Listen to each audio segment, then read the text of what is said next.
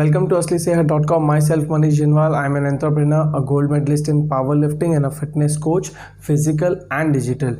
Video शुरू करने से पहले मैं अपने व्यूअर्स को बताना चाहूँगा कि aslisehat.com ये जो चैनल है, यहाँ पे हम सिर्फ और सिर्फ रियल फिटनेस कंटेंट्स के बारे में बात करते हैं बिना किसी प्रकार के फॉल्स कमिटमेंट के। और आज का टॉपिक है how to select an exercise.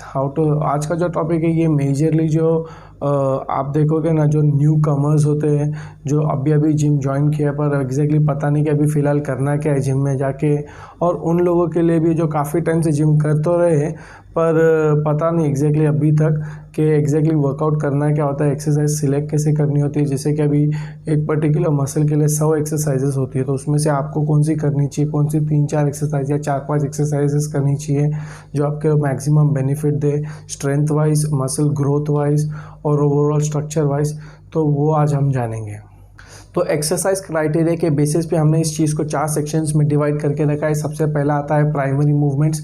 क्या होता है प्राइमरी मूवमेंट? जैसे बेसिकली आप अभी आए हो जिम में, आपने जस्ट मोबिलिटी वार्म अप किया है, अभी आप वर्कआउट करने वाले हो तो आपकी बॉडी कंप्लीटली फ्रेश है, तो हमेशा स्टार्ट में आपको स्ट्रक्चरल कंपाउंड मूवमेंट्स करने होते हैं। क्या होते हैं स्ट्रक्चरल कंपाउंड मूवमेंट? जैसे कि squat, deadlift, bench press, overhead presses, cleans हो गया, स्नैच हो गया, ऐसे मूवमेंट्स जो मशीन वेट की बात मशीन्स की बात नहीं हो रही है, यहाँ पे फ्री वेट्स के बारे में बात हो रही है। जैसे कि अनसपोर्टेड मूवमेंट्स की बात हो रही है, जैसे कि जहाँ पे आप आपकी बॉडी को खुद बैलेंस कर रहे हो, जो आपने एक्स्ट्रा वेट जो फ्री वेट कैरी किया है आप उसको भी बराबर से खुद बैलेंस कर रहे हो। जैसे कि आप फॉर एग्जांपल चेस्ट कर रहे हो तो फ्लैट बेंच प्रेसेस हो गया, बारबेल से आप कर रहे हो। बैक की मूवमेंट जैसे कि आप डेडलिफ्ट कर रहे हो, और अगर जो आप डेडलिफ्ट सेपरेटली करते हो या तो फिर बेंट ओवर से, अपर बैक अलग से करते हो तो बेंट ओवर रो से शुरू कर सकते हो, या लेग्स हो गया तो लेग्स में आप स्क्वाट्स हो गया या फ्रंट स्क्वाट्स, ऐसे मूवमेंट करो ताकि क्या है आपको मैक्सिमम मसल रिक्रूटमेंट हो और उससे मैक्सिमम मसल डेवलपमेंट भी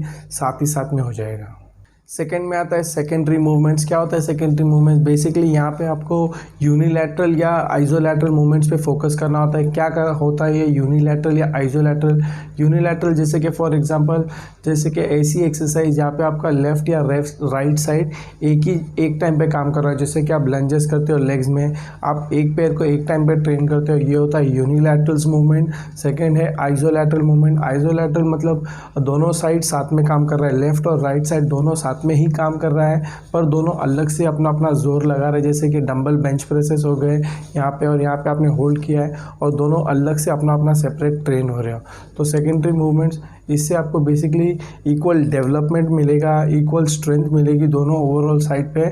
जैसे कि फॉर एग्जांपल आप अगर जो आप चेस्ट कर रहे हो तो आप इंक्लाइन डंबल प्रेस कर सकते हो। अगर जो इंक्लाइन डंबल प्रेस को आपने प्राइमरी मूव में रखा है फ्लैट बेंच के साथ तो आप डिक्लाइन डंबल कर सकते हो। बैक में आप जैसे कि 1 आर्म रोज कर सकते हो, सिंगल जॉइंट यूनिलैटरल मूवमेंट है। और थर्ड आप जैसे कि लेग्स में आप स्टेप अप कर सकते हो या लंजेस कर सकते हो या रिवर्स लंजेस कर सकते हो, एक लेग एक टाइम पे यूनिलैटरल मूवमेंट है। थर्ड सेक्शन आता है एडिशनल मूवमेंट्स। क्या होता है एडिशनल मूवमेंट्स? यहाँ पे आपको ऐसी मूवमेंट्स पे फोकस करना चाहिए जैसे कि सपोज बॉडी वेट मूवमेंट्स करना चाहिए, जैसे कि पुशअप्स हो गए चेस्ट के लिए, या फिर आपको ऐसे मूवमेंट करने चाहिए जो असिस्टिंग मसल्स को ट्रेन करते हो। जैसे कि बैक में श्रग्स हो गया, आप अपने ट्रैप्स को ट्रेन कर रहे हो, या लेग्स में काल्व्स हो गए, आपने अपने काफ्स को ट्रेन कर रहे हो। और फिर उसके अलावा आपको या तो फिर सपोर्टेड कंपाउंड मूवमेंट्स पे फोकस करना चाहिए। हाँ अभी मैं थोड़ा थक गया तो बैक में आप सीटेड रो कर सकते हो, आपको ऐसा मूवमेंट सिलेक्ट करना चाहिए। या तो अगर जो आप कंप्लीटली अभी तो टायर्ड हुए ही नहीं हो तो आप जो अनसपोर्टेड कंपाउंड मूवमेंट भी सिलेक्ट कर सकते हो। फॉर एग्जांपल जैसे कि लेग्स कर रहे थे आप, पूरा अपने क्वाड्स को ट्रेन करके अभी आप स्टिफ लेग डेडलिफ्ट्स कर रहे हो, तो इस प्रकार से आपको एक्सरसाइज सिलेक्ट करनी होती है थर्ड सेक्शन के हिसाब से एडिशनल मूवमेंट में। और आते हैं फोर्थ सेक्शन में। फोर्थ सेक्शन जैसे कि कॉस्मेटिक मूवमेंट्स। क्या होता है कॉस्मेटिक मूवमेंट? जैसे कि कुछ लोग अच्छे दिखने के लिए मेकअप करते हैं, वैसे ही आपको एक्सरसाइजेज भी ऐसे सिलेक्ट करनी होती है जिसमें आप थोड़ा अच्छा दिखे। फॉर एग्जांपल जैसे कि आप चेस्ट कर रहे हो तो थोड़ा पेक फ्लाई वेक फ्लाई कर लिया, या तो फिर आप इससे अच्छा बेटर है कि आप ट्राइसेप कर लो, ट्राइसेप्स पे थोड़ा वर्कआउट कर लो, या तो फिर अगर जो बैक कर रहे हो तो स्ट्रेट आर्म पुल डाउन जैसी एक आइसोलेशन मूवमेंट होती है, सिर्फ लैट्स को इंगेज करती है, आप वो मूवमेंट कर सकते हो। या तो फिर आप आर्म्स जैसे कि बाइसेप्स को ट्रेन कर सकते हो, और लेग्स में जैसे फॉर एग्जांपल आप थोड़ा सा आज थोड़ा ईजी जाना चाहते हो तो लेग एक्सटेंशंस कर लिए, थोड़े वॉल्यूम्स मार लिए, 15-15 रेपिटेशंस कर लिए, आइसोलेशन मूवमेंट है। तो इस प्रकार से आपको कॉस्मेटिक मूवमेंट सिलेक्ट करने होते हैं। सो गाइस एक क्विक रिकैप देना चाहूँगा। हम लोग ने 4 मूवमेंट्स के ऊपर बात की। सबसे पहले हमने बात की प्राइमरी मूवमेंट्स, जहाँ पे आपकी बॉडी कंप्लीटली फ्रेश है, तो आप हैवी इंटेंसिटी ट्रेनिंग के लिए स्ट्रक्चरल कंपाउंड मूवमेंट्स करें मैक्सिमम बेनिफिट्स के लिए। या तो फिर आप सेकेंडरी मूवमेंट्स कर सकते हो जिसमें equal development, equal symmetrical strength की यहाँ पे बात हो रही है। और थर्ड, या तो फिर आप असिस्टिंग मसल्स को ट्रेन कर लो, या फिर कोई बॉडी वेट मूवमेंट कर लो, या सपोर्टेड कंपाउंड मूवमेंट कर लो, या अगर जो थके हुए नहीं है तो अनसपोर्टेड कंपाउंड मूवमेंट कर सकते हो। फोर्थ में आता है कॉस्मेटिक मूवमेंट्स। कॉस्मेटिक मूवमेंट जैसे कि मेकअप हो गया, जैसे कि स्पेशली लोगों को चेस्ट या बाइसेप ट्राइसेप्स ट्रेन करना पसंद है तो उस हिसाब से एक्सरसाइज सिलेक्ट कर सकते हैं। और उसके साथ में आपको एक रेशियो देना चाहता हूँ। फॉर एग्जांपल जैसे कि अगर जो आप 4 एक्सरसाइज करते हो तो मेक श्योर करो कि आप 2 एक्सरसाइज प्राइमरी मूवमेंट्स कर रहे हो, एक एडिशनल मूवमेंट कर रहे हो और एक सेकेंडरी मूवमेंट कर रहे हो। अगर जो आप 5 एक्सरसाइज करते हो कोई पर्टिकुलर जॉइंट या पर्टिकुलर मसल के लिए तो फिर आप 2 एक्सरसाइज प्राइमरी रखो, 2 एक्सरसाइज सेकेंडरी रखो और एक एक्सरसाइज एडिशनल रखो।